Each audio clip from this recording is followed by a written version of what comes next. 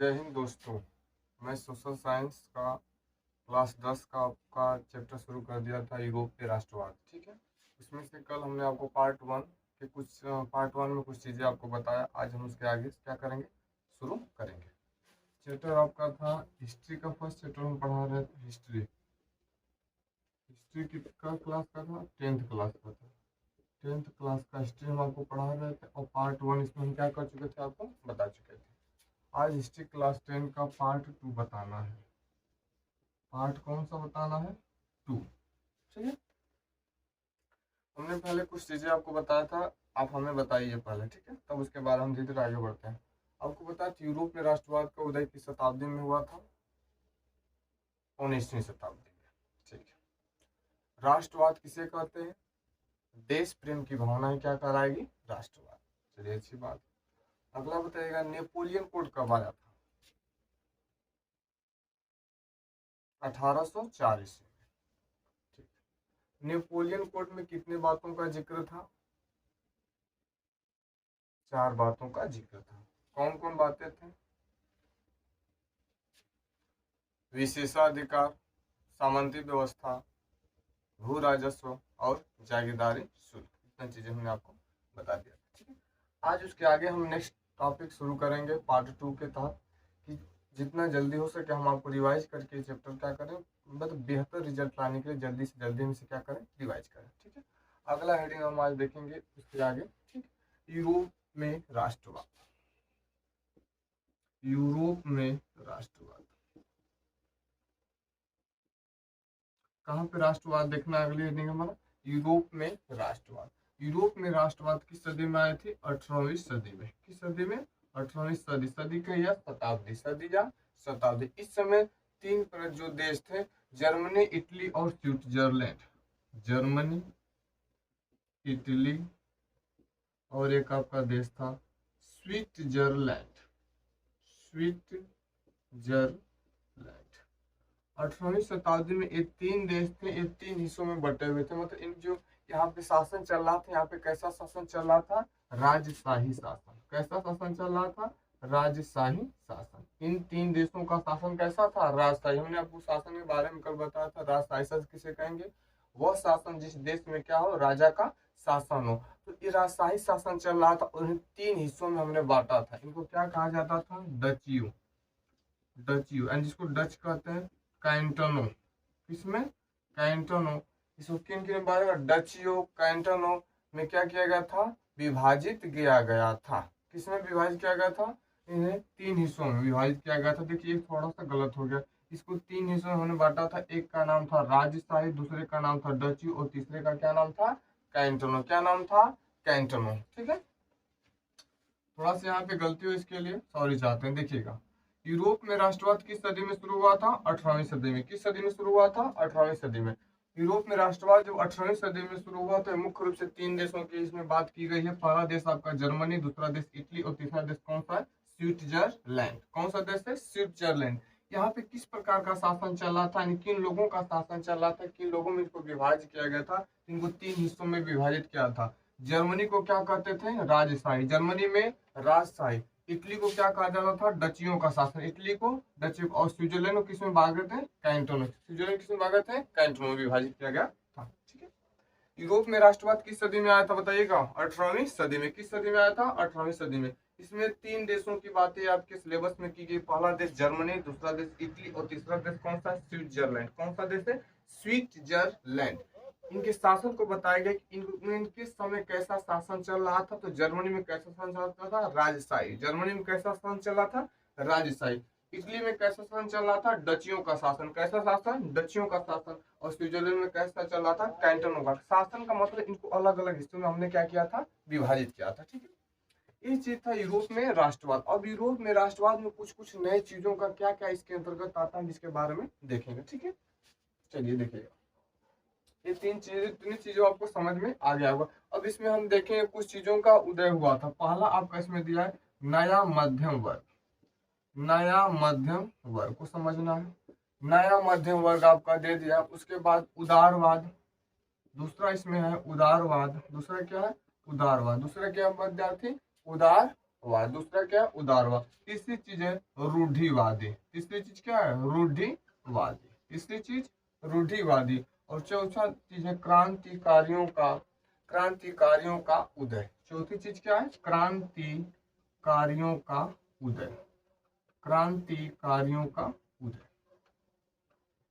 देखिए इन चार चीजों का जिक्र यूरोप में राष्ट्रवाद अगर दे देगा, यूरोप में राष्ट्रवाद से आप क्या समझते हैं, तो यूरोप में राष्ट्रवाद का क्या कीजिए? वर्णन कीजिए। जब भी आएगा तो कम से कम लघुत्तरी से कम इससे प्रश्न नहीं बनेंगे, यानी कि बड़ा क्वेश्चन बनेगा, 3 नंबर का, 2.5 नंबर का, 4-5 नंबर का आपका प्रश्न बन सकता है। ठीक है, तो ये था, इतनी चीजें हमने बताया कि यूरोप में राष्ट्रवाद मुख्य रूप से किस सदी में शुरू हुआ था? 18वीं सदी में। किस सदी में? 18वीं सदी में। इस समय कितने देशों की बातें की गई थी? 3, जर्मनी, इटली, स्विट्जरलैंड। बोलिएगा, जर्मनी, इटली, स्विट्जरलैंड। इनको किसमें विभाजित किया गया था? मतलब उस समय के हिसाब से जो शासनागार था उसमें किस तरह से विभाजित किया गया था? तो जर्मनी को राजशाही में, इटली को डचियों में और स्विट्जरलैंड को कैंटनों में, में विभाजित किया गया था। ठीक है, अब इसके तहत 4 बातों का जिक्र है। एक है नया मध्यम वर्ग, दूसरा है उदारवाद, तीसरा है रूढ़िवाद और चौथा है क्रांतिकारियों का उदय। तो 60 कार्ड भाषा में पढ़ेंगे। मध्यम वर्ग क्या था? मध्यम वर्ग का उदय किस सदी में हुआ था? 18वीं सदी में। किस सदी में हुआ था? 18। इसमें कुछ महान लोग क्या हुए थे? दार्शनिक। इसमें आपको बता चुके हैं कुछ क्या थे, महान दार्शनिकों का जन्म हुआ था। जैसे इसमें थे वाल्टेयर, रूसो, मांटेस्क्यू। ठीक है, मांटेस्क्यू। बस इतना ही। अगर आ जाए डिटेल में तो नया मध्यम वर्ग का उदय 18वीं शताब्दी में हुआ था।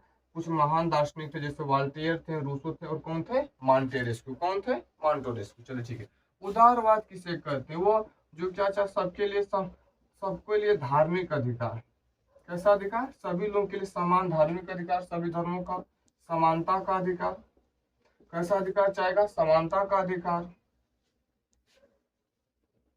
धार्मिक का अधिकार, समानता का अधिकार। उसके बाद चाहेगा स्वतंत्रता का अधिकार। कैसा अधिकार चाहेगा? स्वतंत्रता का अधिकार। और इसमें एक ही कमी थी, वोट डालने का। इसमें वोट डालने का जो अधिकार था, वोट वही डालेंगे जो क्या होंगे? मेल का मतलब पुरुष डालेंगे। और उनके पास क्या होनी चाहिए? संपत्ति। क्या होनी चाहिए? संपत्ति। संपत्ति का मतलब पैसा। ठीक है, संपत्ति का मतलब पैसा। उदारवाद कैसे लोग थे? जो धार्मिक अधिकार, सबको समान रूप से धर्मों में समानता का अधिकार, सभी लोग समान है, चाहे वो किसी भी जाति के, किसी भी कास्ट के, किसी भी धर्म के लोग हों, उनको कैसा अधिकार था? समानता का अधिकार था। स्वतंत्रता का अधिकार, स्वतंत्रता का अधिकार है कि आप कहीं भी जाकर घूम फिर सकते हैं। कहीं भी जाने का, घूमने का मतलब कभी स्वतंत्रता नहीं होता। स्वतंत्रता का एक मतलब नियम होता है कि इसके तहत ही आप कहीं भी जा सकते हैं, आ सकते हैं। अब स्वतंत्रता का अधिकार को दे दिया कि आप कहीं भी जा सकते हैं, तो इसका मतलब कि आप रात को कहीं भी गए, लोग सोए, जाकर घर में किसी के हिल गए, उस समय लोग पकड़ लेंगे। जो चोरी के मामले में, किसी भी मामले में आपको बढ़िया से क्या करेंगे? कूटेंगे। तो ये स्वतंत्रता का अधिकार का मतलब है कि आप कहीं भी जाए जहाँ पे दूसरे व्यक्ति को दिक्कत ना हो आपके आने से। ये स्वतंत्रता का अधिकार होता है कि आप कहीं जाइए लेकिन दूसरे व्यक्ति को आपके आने जाने से किसी भी प्रकार का दिक्कत ना हो। ठीक है, वोट, अगला चीज बताएं, वोट वही लोग डालेंगे। वोट कौन डालेंगे? मुख्य रूप से आदमी। आदमी का मतलब मेल का मतलब पुरुष लोग, वो अभी जिनके पास क्या होगी? संपत्ति होगी। अगला रूढ़िवादी। रूढ़िवादी मुख्य रूप से कौन थे? राजा के लोग थे। कौन थे? राजा के सगे संबंधी। राजा के सगे संबंधी थे रूढ़िवादी लोग। क्रांतिकारियों का उदय बीच में होता। क्रांतिकारी किसे? जो लोग इसमें, चाहे वो यूरोप की बात करें, यूरोप में फ्रांस हो, रूस हो, इसमें जर्मनी वाले सारे देश थे। इसमें क्रांतिकारियों का मुख्य रूप से अपने देश को आजाद करने के लिए, सभी लोग क्या हो गए थे? एकजुट होकर क्या कर रहे थे? प्रयास। तो जब एकजुट होकर आप प्रयास करेंगे तो मुख्य रूप से किसका उदय चाहते थे? क्रांतिकारियों का। इस समय क्रांतिकारी जितने भी लोग थे अपने देश को आजाद कराना चाहते थे। ठीक है, आपको उम्मीद है कि इतना चीजें समझ में आ गया होगा। ठीक, अब हम आगे बढ़ते, एक बार फिर समझाने के बाद नेक्स्ट अगली वीडियो में। यूरोप में राष्ट्रवाद, स्क्रीनशॉट ले लीजिए। ठीक, यूरोप में राष्ट्रवाद बताया था। यूरोप में राष्ट्रवाद किस सदी में शुरू हुआ था? 18वीं सदी में। किस सदी में शुरू हुआ था? 18वीं सदी। इस समय कितने देश थे? 3 मुख्य रूप से देशों की बात है। आपका पहला देश जर्मनी, दूसरा देश कौन सा? इटली, तीसरा देश क्या है? स्विट्जरलैंड। Germany, Italy, Switzerland. बोलिएगा, जर्मनी, इटली, स्विट्जरलैंड। इनको 3 हिस्सों में बांटा गया था। कौन कौन? जर्मनी को बांटा गया था राजशाही में, इटली को बांटा गया था डचियों में, और स्विट्जरलैंड को कैंटनों में। जर्मनी को राजशाही, इटली को डच में, स्विट्जरलैंड को कैंटनों में विभाजित किया गया था। इसमें कितनी बातों का जिक्र था? 4। नया मध्यम वर्ग, उदारवाद, रूढ़िवादी और क्रांतिकारियों का उदय। नया मध्यम वर्ग का उदय कब हुआ था? 18वीं सदी में। क्यों हुआ था? 18वीं सदी में। इसमें कुछ महान दार्शनिक लोग क्या लिए थे? जन्म लिए, जैसे रूसो, वोल्टेयर और मॉन्टेस्क्यू। उदारवाद किसे कहेंगे? जिसमें धार्मिक अधिकार चाहता था सबको, समानता का अधिकार चाहता था, स्वतंत्रता का अधिकार, लेकिन वोट वही डालेंगे जिनके पास क्या होगा? पैसा। ठीक है। रूढ़िवादी लोग कैसे थे? राजा के सगे संबंधी। जो राजा के सगे संबंधी तो क्या थे? रूढ़िवादी लोग। क्रांतिकारियों का उदय, क्रांतिकारियों का मतलब इस समय सभी लोग एकजुट मिलकर अपने देश को आजाद करना चाहते हैं तानाशाही शासन से, चाहे राजशाही शासन से, कि हमारे देश में कैसा शासन आ जाए? लोकतंत्रात्मक शासन आ जाए। ठीक है। चलिए अब हम लोग बढ़ते हैं आगे नेक्स्ट हेडिंग पे। ठीक है।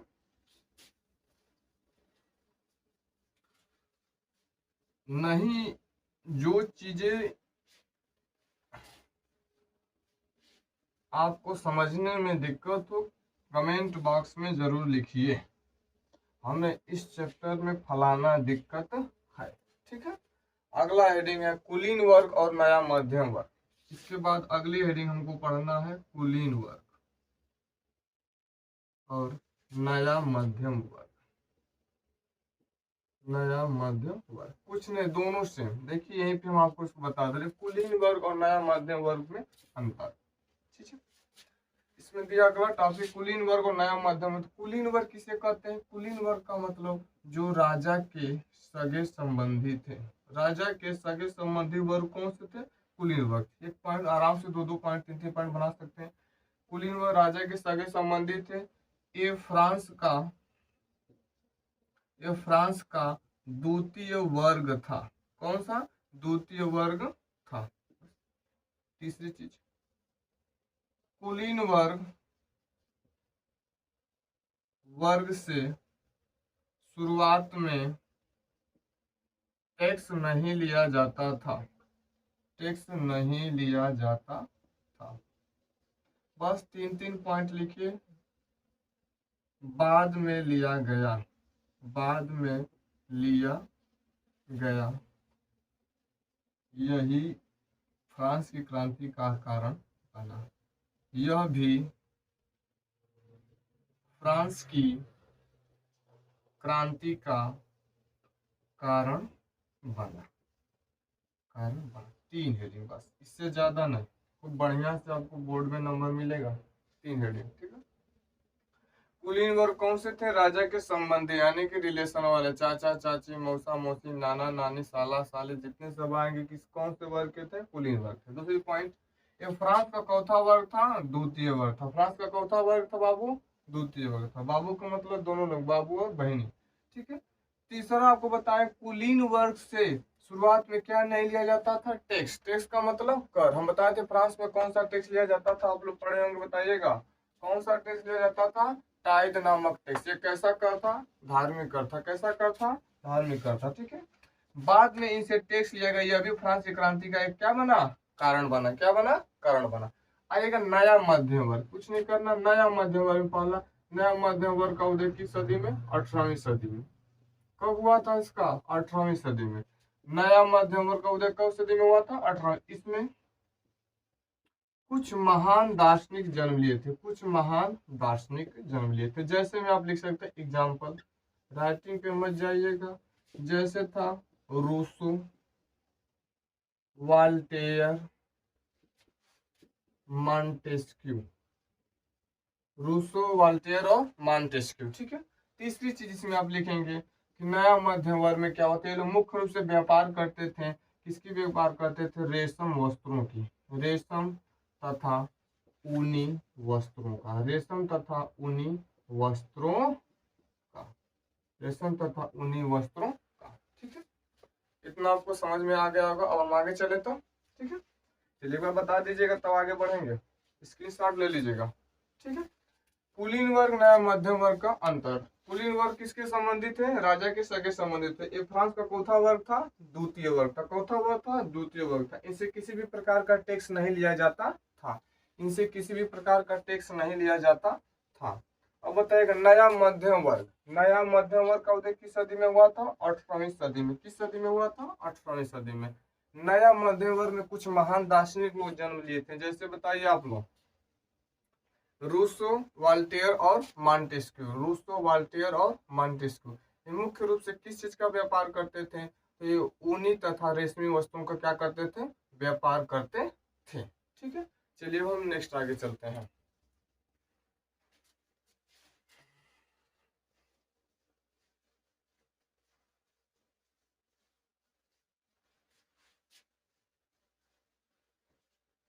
अब अगली हेडिंग है उदार।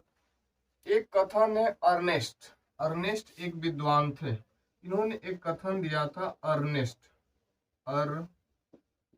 अर्नेस्ट गधा कैसे लिखा जाएगा? अर्नेस्ट जैसे भी लिखा जाए आप लोग हिंदी देखते रहिएगा।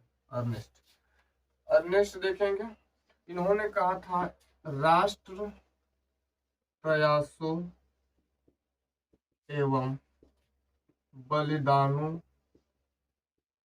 की एक परिणति है। परिणति है। राष्ट्र बलिदानों एवं प्रयासों की एक क्या है? परिणति है। परिणति है। परिणति, परिणति इनका एक कथन था। देखिए कथन कई है, लेकिन जो परीक्षा के दृष्टिकोण से कथन बार बार पूछता है अर्नेस्ट का। अर्नेस्ट एक प्रकार के क्या थे? दार्शनिक थे। अर्नेस्ट क्या थे? दार्शनिक थे, लेखक थे, विचारक थे। ये नहीं पूछेगा। पूछता है कि राष्ट्र प्रयासों एवं बलिदानों की एक परिणति थी, किसने कहा था? अर्नेस्ट ने कहा था। किसने कहा था? अर्नेस्ट ने कहा था। किसने कहा था? अर्नेस्ट। और इसने क्या कहा था? राष्ट्र प्रयासों एवं बलिदानों की एक क्या है? परिणति है। ठीक है, चलिए ये था उनके बारे में। अगला आपका टॉपिक है उदारवाद, राष्ट्रवाद का अर्थ। अगली हेडिंग उदारवाद, राष्ट्रवाद का अर्थ। कुछ है नहीं, एकदम आसान है सोशल, बस हमारे साथ बोलते जाइए, कहीं दिक्कत नहीं होगा। देखिएगा उदारवाद राष्ट्रवाद का अर्थ स्पष्ट कीजिए या इसकी विवेचना कीजिए। पेपर में आ गया प्रश्न, तो आपको हम बता चुके हैं, एक एक पॉइंट में बताते चले। उदारवाद किसे कहते हैं? देखिएगा राष्ट्रवाद, उदारवाद राष्ट्रवाद में तो दोनों का सेम, पर राष्ट्रवाद किसे कहेंगे? राष्ट्र, देखिए एक शब्द इसमें पर राष्ट्रवाद को हम उदारवाद को समझ लेते हैं। ठीक है, उदारवाद, उदारवाद किसे कहेंगे? जो लोग समानता, स्वतंत्रता, समानता का अधिकार, स्वतंत्रता का अधिकार, धार्मिक का अधिकार चाहते थे, वे लोग क्या थे? उदारवाद। उदारवाद की विशेषता क्या थी? तो उदारवाद वे लोग थे मुख्य रूप से समानता का अधिकार, स्वतंत्रता का अधिकार, धार्मिक का अधिकार चाहते हैं। दूसरे पार्ट में लिखेंगे इसका एक और रीजन था कि ये मुख्य रूप से क्या? वोट डालने का अधिकार, वोट डालने का अधिकार, वोट डालने का अधिकार। ठीक है, वोट डालने का अधिकार मुख्य रूप से किसको देना चाहते थे? मेल का मतलब पुरुष लोग। वोट कौन डालेंगे? पुरुष। वो अभी जिनके पास क्या होगी? संपत्ति। जिनके पास क्या होगी? संपत्ति, वही लोग क्या करेंगे? वोट डालेंगे। ठीक है, इस कौन से लोग कहते थे? उदारवाद लोग। कौन से लोग कहते थे? उदारवाद लोग कहते थे। ठीक है, अब देखिए उदारवाद चीजें, और उदारवाद का मतलब था कि ये लोग जो भी काम करते थे एकदम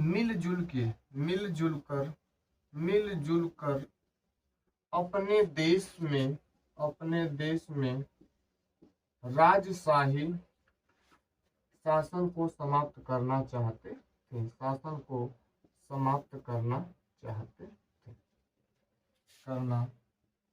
थे, ठीक है, ये था उदारवादी राष्ट्रवाद का अर्थ। इसमें एक वन लाइनर प्रश्न आता है कि इसमें एक संघ था,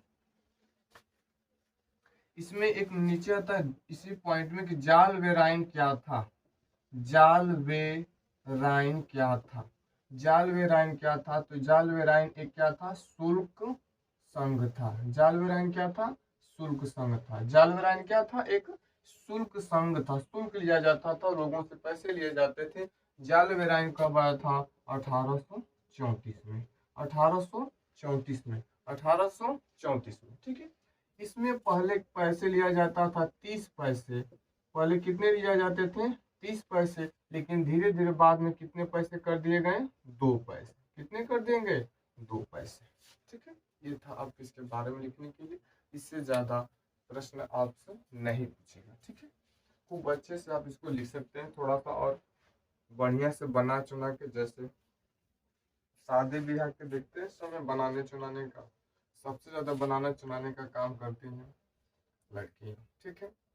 बच्चे भी बनाने चुनाने लड़कियां सबसे ज्यादा शादी ब्याह पर जाता है। और सबसे बड़ी चीज, किसी के घर अगर बहन है तो लगता है कि परिवार में एक प्रकार का शादी ब्याह का सबसे बेहतर आनंद वही लोग लेती हैं। इस तरह से कि भैया का शादी पड़ा है, शाम को ये कपड़ा पहनेंगे, रात को ये पहनेंगे, सुबह वो पहनेंगे, वो सब मतलब एक प्रकार की खुशी बहुत ज्यादा है। बच्चों में क्या है, सुबह से एक लोअर एक पैंट पहनते ही दिन भर पूरी सब्जी चलाने। अब तो बम्पर सिस्टम में चलाने की व्यवस्था नहीं कि अब लीजिए पत्ता जो मन करे तो हुरिए। और गाँव में घुरने वाली जब बात आती है तो लोग रोज कहते हैं क्या वही दाल आलू का तरकारी रोटी भात खाया जाए। गांव में लोग जब न्योता पड़ जाता है तो मुख्य रूप से पनीर को जानते हैं और पूरी जानते हैं, जितना हो सके उतना क्या कर सकें, खा सकते हैं, ठीक है। तो ये चीजें होती हैं।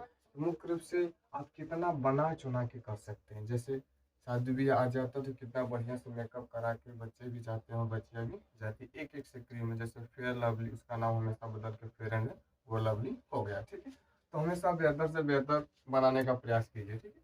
उदारवाद राष्ट्रवाद का अर्थ, ठीक है। इसमें इतना चीज बस लिखना, ठीक है। पहला चीज, उदारवाद किसे कहेंगे? जो लोग समानता का अधिकार चाहेंगे, स्वतंत्रता का अधिकार चाहेंगे, और कैसा अधिकार चाहेंगे? धार्मिक का अधिकार चाहते हैं। दूसरा, ये लोग वोट डालने का अधिकार चाहते हैं, वोट लोग वही डालेंगे। मुख्य रूप से वो क्या होना चाहिए? पुरुष होना चाहिए, ठीक है। और उनके पास क्या होनी चाहिए? संपत्ति, तभी वो क्या डालेंगे? वोट। तीसरी पॉइंट बना सकते हैं, ये लोग मिलजुल का मतलब कि जो भी उदारवाद लोग थे सभी लोग एक साथ मिलकर चाहते थे कि यहाँ से राजशाही शासन समाप्त हो जाए और कैसा शासन आ जाए? लोकतंत्रात्मक शासन आ जाए, ठीक है। नोट में जो सबसे इंपॉर्टेंट प्रश्न पूछता है वन लाइनर में, जालवेरायन क्या था? तो जालवेरायन एक क्या था? शुल्क संघ था। जालवेरायन क्या था? शुल्क संघ। ये कब हुआ आया था? 1834 में। कब आया था? 1834 में। पहले इसमें कितने पैसे लिए जाते थे? 30 पैसे। और बाद में कितने पैसे कर दिए गए? 2 पैसे। कितने पैसे कर दिए गए? 2 पैसे, ठीक है। इतना आपको समझ में आ गया होगा। चलिए हम लोग चलते हैं आगे। मिटा दें?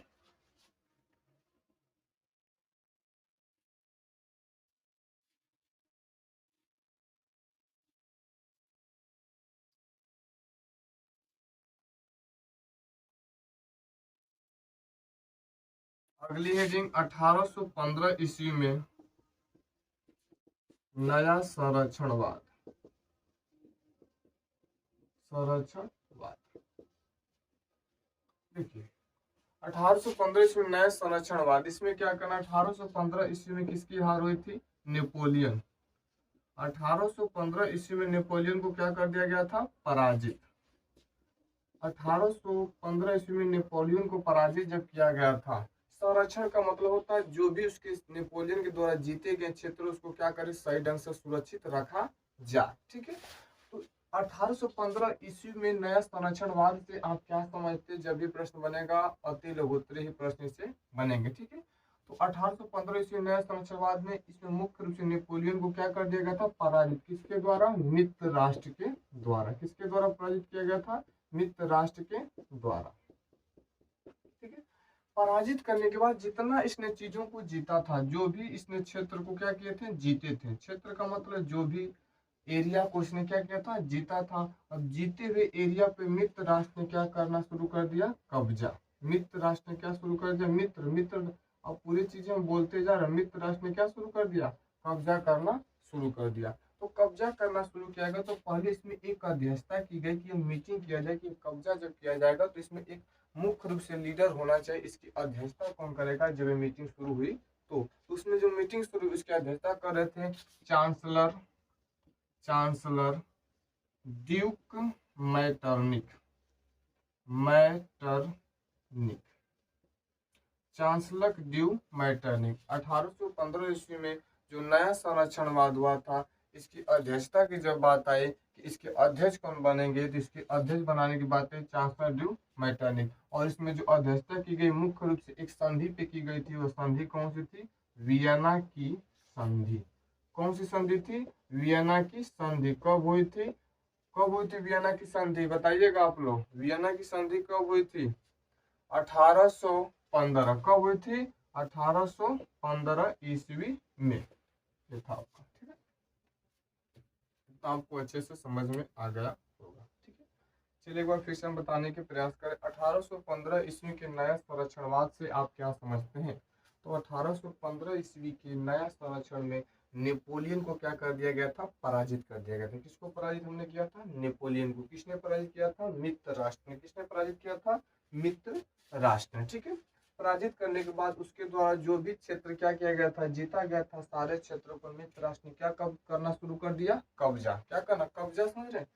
कब्जा को देख, कब्ज मत सोचेगा, कब्ज पेट में गैस बनता है, तो एक आता है इनो, गोली खाते हैं तो 6 सेकंड में काम क्या हो जाता है, तो कब्ज होता है, पेट में गैस बन जाएगा, तो कब्ज होगा तो मार ढेकार आएगा, लगेगा तो ऐसा ढेकार कभी कभी आदमी लेता है तो 4 दिन 3 दिन में आदमी उसके सामने का भाग जाता है, लगे एकदम बसा रहा है सुअर की तरह, ठीक है।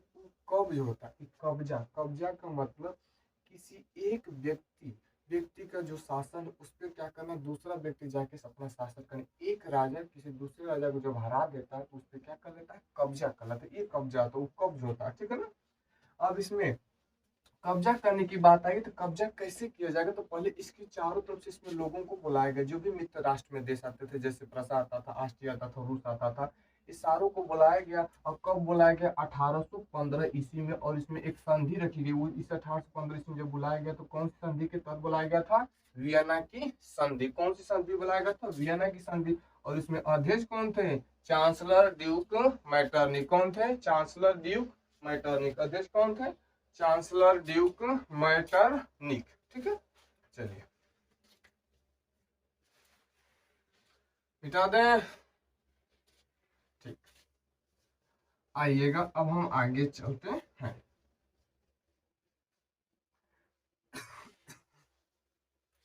और वियना की संधि के कुछ बिंदु। वियना की संधि में किन किन की बातों का जिक्र हुआ था, इसके बारे में देखेंगे। वियना की संधि। वियना की संधि के प्रमुख बिंदु देवता परीक्षा में वियना की संधि के प्रमुख बिंदु पर विचार कीजिए। प्रमुख बिंदु पर विचार कीजिए। बस हम हेडिंग आपको बताते चल रहे हैं। वियना की संधि, ठीक है। वियना की संधि में क्या हुआ था कि मुख्य रूप से फ्रांसीसी क्रांति के तहत, वियना की संधि फ्रांसीसी क्रांति में पुनः यानी दोबारा बुर्बो वंश सत्ता में क्या हो गया? चला आया। बुर्बो वंश सत्ता में वापस आ गया। वापस क्या हो गया? आ गया, पहला, ठीक है। दूसरा, फ्रांसीसी क्रांति में कौन पुनः आ गया? बुर्बो वंश। क्योंकि पहले आप देखेंगे फ्रांसीसी क्रांति पढ़ेंगे 1774 ईस्वी में बुर्बो वंश का शासन था। धीरे धीरे फ्रांसीसी क्रांति में स्टालिन भी आए, उसके पहले आपके अलग अलग लोग वहाँ पे शासन किए थे। नेपोलियन भी शासन किया था, लेकिन धीरे धीरे नेपोलियन जब हार गया तो यहाँ पे क्या हुआ था, ये शासन समाप्त हो। लेकिन नेपोलियन के हारने के बाद पुनः दोबारा गद्दी पे कौन आ गए थे? फ्रांसीसी क्रांति के समाप्त होने में फ्रांसीसी क्रांति में पुनः बुर्बो वंश का सत्ता में क्या हो गया था? बहाल हो गया था। किस संधि के तहत हुआ था? वियना की संधि के तहत। किस संधि के तहत हुआ था? वियना की संधि के तहत। दूसरा चीज, नेपोलियन ने जो क्षेत्र जीता था, नेपोलियन ने जो क्षेत्र जीता था उसे फ्रांस के लोगों से मित्र राष्ट्र ने क्या कर लिया? छीन लिया। मित्र राष्ट्र ने छीन लिया। ये दूसरी पॉइंट। हमने आपको बताया कि देखिए नेपोलियन को हराने का काम कौन से लोगों ने किया था? मित्र राष्ट्र ने। तो जब मित्र राष्ट्र ने जीत लिया तो मित्र राष्ट्र जीतने के जो नेपोलियन ने जो भी क्षेत्र जीता था उस सारे क्षेत्र पे कब्जा कौन से लोगों ने कर लिया? मित्र राष्ट्र ने। जीता कौन सा था? नेपोलियन। कौन जीता था? नेपोलियन जीता था। अगला, नेपोलियन द्वारा 39 महासंघ कहिए या राज्य कहिए, नेपोलियन ने जो 39 महासंघ को जीता था, उसको वैसे फ्रांस में यानी 39 महासंघ को मित्र राष्ट्र ने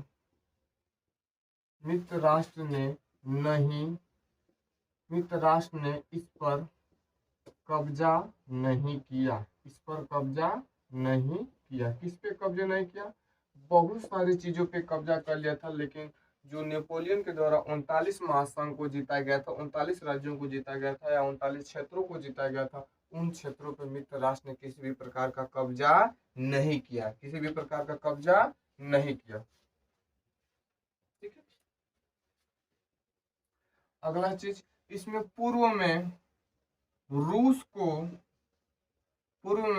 देखिए, अगला चीज इसमें कि जो नेपोलियन का जो क्षेत्र था, इसमें जो आएगा, इसमें एक और क्षेत्र आपको पाना, पूर्व में जो रूस को पोलैंड को भाग दे देगा।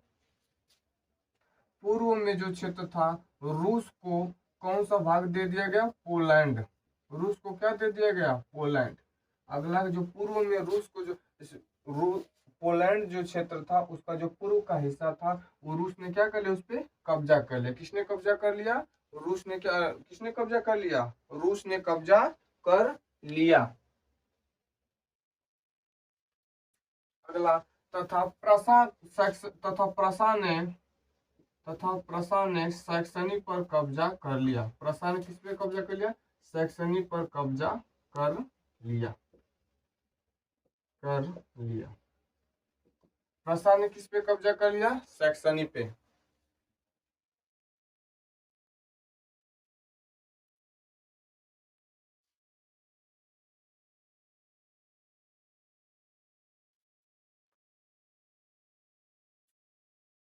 प्रसा ने सैक्सनी पे कब्जा कर लिया। ठीक है, इतना चीज आपको समझ में आ गया होगा। ठीक है, एक बार फिर से देखिएगा। वियना की संधि कब हुई थी? 1815 ईस्वी में। वियना की संधि कब हुई थी? 1815 ईस्वी में।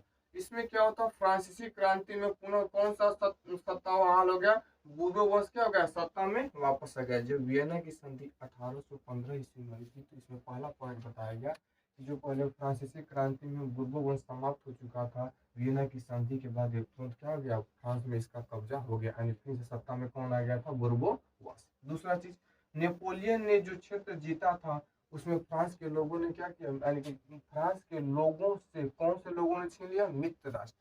नेपोलियन ने जो भी क्षेत्र फ्रांस में जीता था, सारे क्षेत्रों को छीनने का काम कौन से किए थे? मित्र राष्ट्र। ठीक है, नेपोलियन द्वारा, लेकिन 39 जर्मन महासंघ कुछ ऐसे थे, 39 जो संघ थे, इसको क्या किया गया? मित्र राष्ट्र ने इस पे कब्जा नहीं किया।